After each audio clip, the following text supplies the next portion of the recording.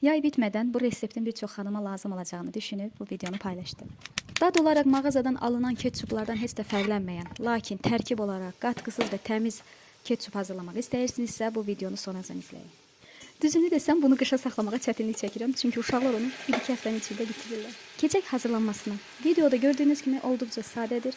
Öncə soğanı xırda-xırda küp şəklində doğrayıb azacıq qızardırıb. Sonra isə sırayla digər ərzaqları da soğanın üzərinə doğrayaraq əlavə edirik. Qapağını örtərək ərzaqlar yumşalana qədər bişiririk. Sonra isə onu blenderdən keçiririk. Blenderlədikdən sonra isə süzgəcdən keçirərək içərisindəki toxumları və qabıqları təmizləmiş oluruq. Təkrar ocağı üzərinə alaraq digər ərzaqları içinə əlavə edirik. İlk öncə toz şəkəri, sonra isə sirkəni əlavə edirik.